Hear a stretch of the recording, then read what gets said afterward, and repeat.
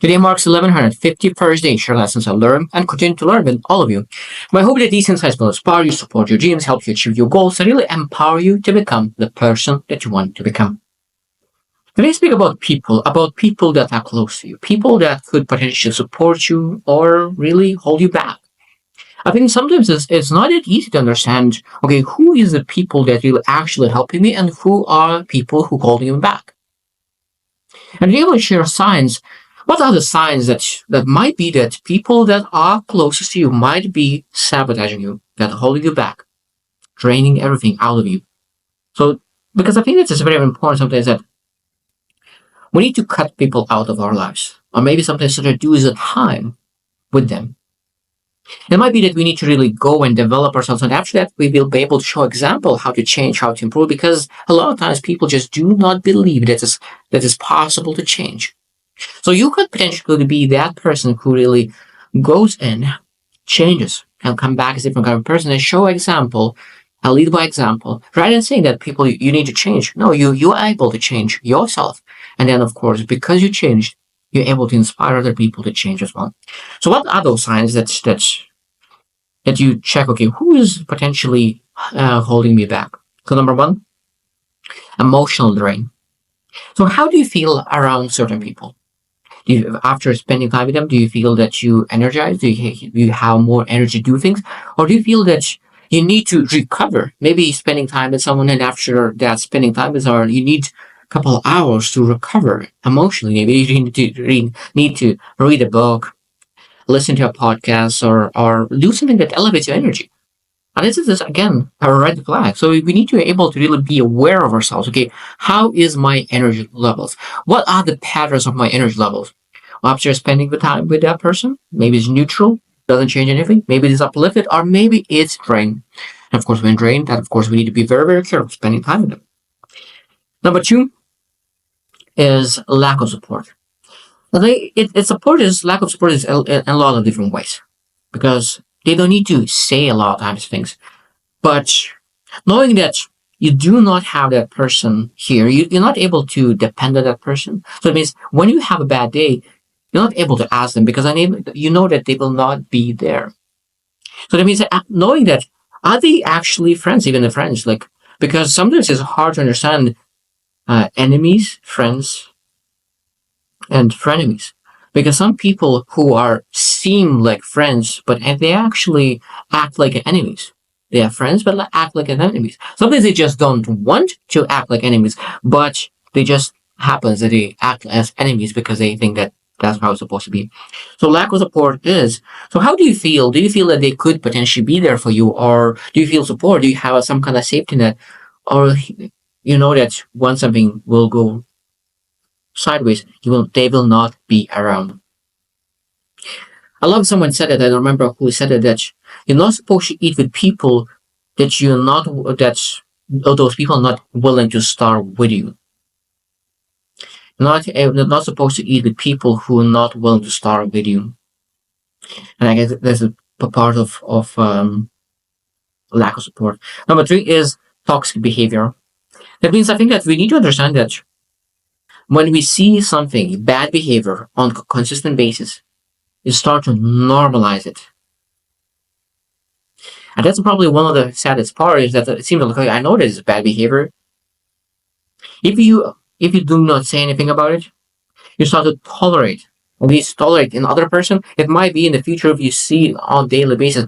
It might be that in the future you will see that as not a bad thing. I think that's why so many things now is normal, because so many people that are doing that, and people start to accept as normal. And I think that is such a bad thing.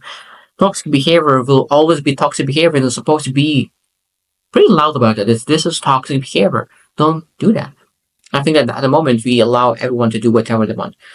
In a sense, it's good because everyone has the freedom, but in a sense, I think that's supposed to be able to say that this is not right. And of course, we need to walk away rather than tolerating their bad behavior.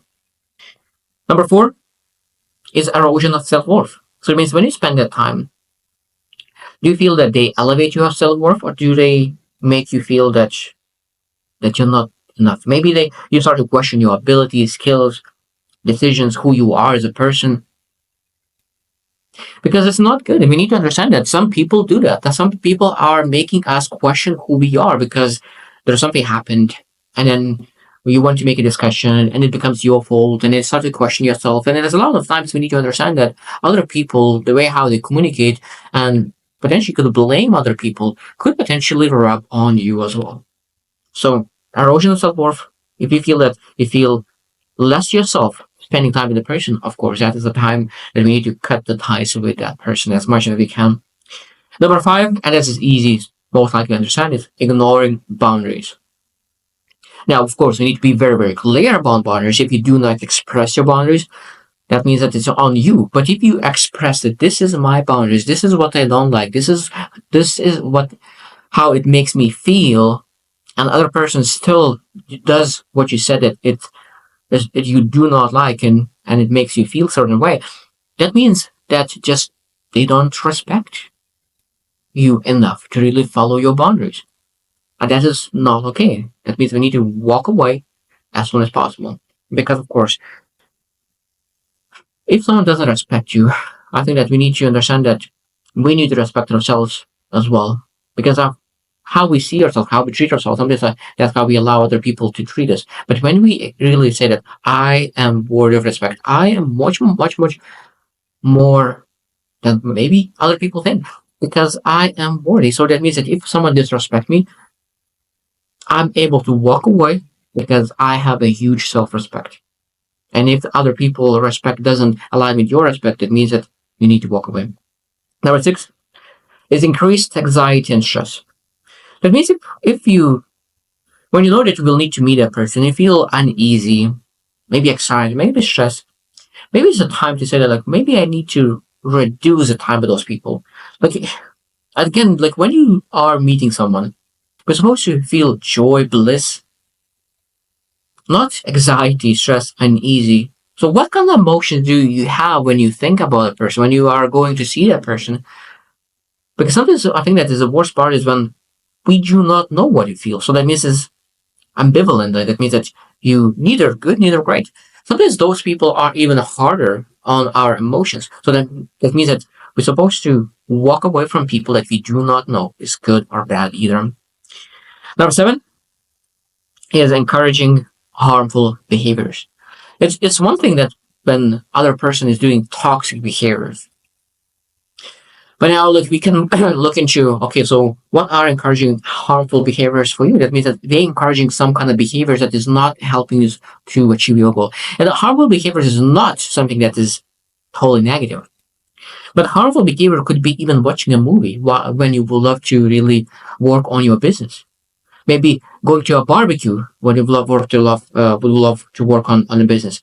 Maybe some going for a walk more than is necessary while you want to really work on your business. So those are harmful behaviors that is taking you away from the things that actually moving the needle forward. And if we encourage those behaviors, that in a sense it looks neutral behaviors, but neutral behaviors is not positive behaviors. Neutral is keeping you where you at. Positive behaviors, needle moving behaviors leads you where you want to go. So that means encouraging harmful behaviors are something that really holds you back from moving forward. And this is probably one of the hardest one to understand, because if you keep doing the simple things, just nice things, comfortable things, and you're encouraged by other person to do so, you will never do the things that is challenging you, that it stretches you, that you can get out of your comfort zone and really achieve those great things. Number eight, jealousy and negativity towards your success. That means how other person is feeling when something is good is happening to you. Are they able to be happy for you? Or when you share some kind of success, they change the topic because they don't want to speak about your successes. Do you feel that you are able to share negative things and positives to that person? Because sometimes people just not able to share their events because they will not feel that they are for them. They will feel jealous, envy, disappointment, maybe. They'll think why not them? And this is again part of the question that we need to do.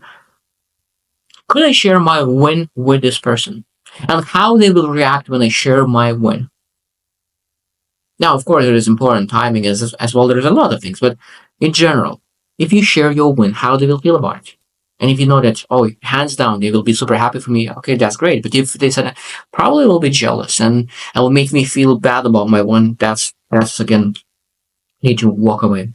Number 9 is one-sided effort. When you're trying to work with someone, you try to develop, you try to have conversation, you have discussions, but other person seems that they just do not want that. They just want to do exactly how it is right now. So that means if there is no growth, it's sometimes is the best thing to do is just grow yourself, improve yourself, move and now when a person is staying the same, another person is growing, at some point there will be a big separation. And sometimes whereas one person is staying is the same, other person doesn't want to leave that person and stay the same here as well. And that's again one of the biggest sabotage of success is that when there's a marriage, one person is growing, one other person not. And that person who's growing might be that looking at that person who's not growing and doing the same bad activities, bad behaviors, even those are encouraging behaviors. So it's one-sided effort to develop relations, develop life, moving forward somewhere that really matters.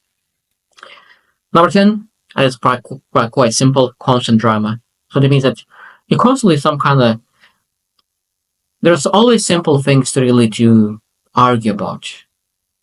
I think that the more I live, the more I value inner peace, the peace. No drama, no nothing, just being able to really enjoy the peace. It's a powerful thing that's peace. And I think that drama could be reduced to peace when you're able to have a peaceful conversation rather than drama. But the same thing could be overcome through like peace and conversation and discussion and the drama. And people choose sometimes drama instead of peace.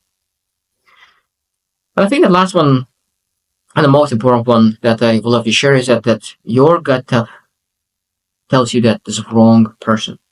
Your gut tells you something is wrong. Your gut is telling you something is wrong. I think sometimes we need to understand that if your gut is something saying that I don't feel good, because sometimes I don't know how about you, but I had some people in my life that you just don't feel good about them, those people. You know that those are amazing people. They are great people. For some reason, it just seems that the karma just do not connect. And the vibrations that they send, because I believe in vibrations, the vibration that they send is just not working. And it seems that I'm want to walk away. And that's all fine. So it means that gut feeling says that it walk away. That means you need to do that because those vibrations or whatever it is not for us right now. Maybe in the future, but not right now. So I hope that you will reflect as well, because I think that this is a very, very massive and important topic. Figure out who are those people who are aligning with your vision, and who are those people in your life who could